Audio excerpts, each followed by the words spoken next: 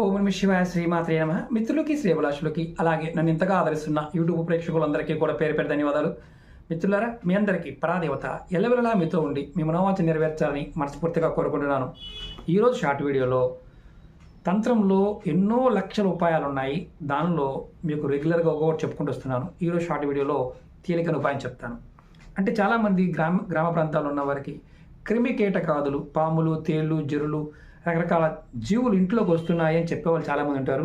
వారి కోసం అంటే అవి ఎక్కడి నుంచి వస్తాయో ఏంటో తెలియదు. కొన్ని ఎక్కడ చిన్న చిన్న రంధ్రాలు ఉంటాయి, ఆ రంధ్రం నుంచి వస్తూ ఉంటాయి. అలాంటి దగ్గర ఏం చేస్తారంటే మీ ఎడంకాలు చెప్పుని తల క్రిందులుగా బోర్లించి అక్కడ ఎక్కడి నుంచి వస్తున్నాయో ఆ ప్రదేశంలో పెట్టించండి. ఆ కీటకాలన్నీ ఆ పుట్టలోకి వెళ్ళిపోతాయి, పాములు కానీ తేళ్ళు కానీ. చాలా గ్రామీణ ప్రాంతం చేస్తూ ఉంటారు. ఇది ప్రయత్నించేయండి, ఖచ్చితంగా ఫలితం ఉంటుంది. ఓం నమ శివాయ శ్రీమాత్రే నమః.